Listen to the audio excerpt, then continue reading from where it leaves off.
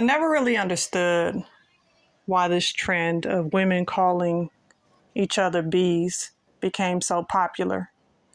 It must have been about 10 years ago. I went back to Maryland and was around my old neighborhood and my old friends. And I say old for a reason. But I remember one of them was just like going on, talking to her current friends, and she was like, be this and be that. And, she never called me a bee, but I'm just listening to her like talking and calling her supposed friends bees. And they all just laughing and kiki. And I'm sitting there going like, why are they calling each other bees? And as time has gone on, it became like the trend. It became like the thing, like for women to respond to other women who were close to them as bees. It'd be one thing if back in the day when you called a person a bee who you wasn't getting along with, and them was fighting words and you was getting ready to throw some hands. But it's a whole nother thing where today it's like that's a word of affection, right? It's like, oh, that's my bee. We cool. We are living in a time and a day and an era where right is wrong and wrong is right. Where we as women have just accepted so much stuff that is anti-value and character. It is anti-moral. It is anti-everything that is right.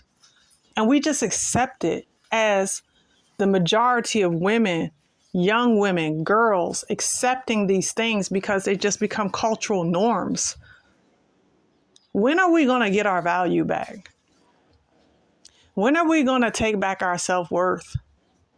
When are we going to look at ourselves in the mirror and realize that the person that is staring back at us is a unique being in the earth with a unique fingerprint made in the image of the Most High?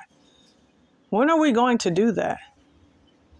I mean, how many women are looking, young women, girls are looking at themselves in the mirror and seeing royalty, seeing someone of worth and value? I beg to say not too many, because they're too busy looking at Meg the Stallion. They're too busy looking at TikTok and all the girls around them that are twerking and thinking that that is the way in which they gain attraction and attention by their male counterparts. That's where their value lies. And so now we're calling ourselves bees. But Tupac did it first, right? He was like, you wonder why they call you bee.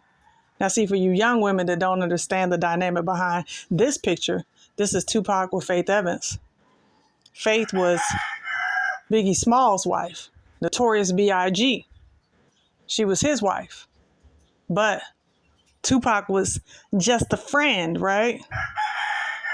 I mean, they said he was just a friend, but later on we found out that he was actually hitting it on the side. And so when he came out with his beef, West Coast versus East Coast beef, next thing you know, she got pulled into it. And this whole thing of you wonder why they call you bee came out. Yes, those are roosters crowing in the back. I don't live in the States, so where I live, this is a reality for me. But nevertheless, do you hear the wake-up call of the rooster? It's time to wake up, my sis. It's time to wake up and realize that the things that you're accepting them because they have been passed from one generation to the next as trends, as okay, socially acceptable, and they're all negative. And they're all against you and the way you were created and designed. You're created to be royalty, to be chaste. You were created to be the daughter of the Most High, but instead you're walking around calling yourself a bee, calling your girls a bee. You're walking around accepting anything and everything that's thrown your way. Why? Because of the images that you're watching tell you that that's what you have to be in order to be happy, in order to be joyful. But really, you're not. Really, you're miserable. Really, on the inside, it rubs you the wrong way when you hear that word, because you know instinctively that a bee is nothing more than a female dog in heat. And that's not who you want to be. You don't want to be a female dog in heat. You can't sit there and tell yourself about how all men are dogs while you're walking around allowing yourself to be called one that's in heat. We got to take accountability, responsibility. This is something that we're lacking in society. This is something that doesn't get the likes, but needs to. This is something that doesn't get the shares, but needs to.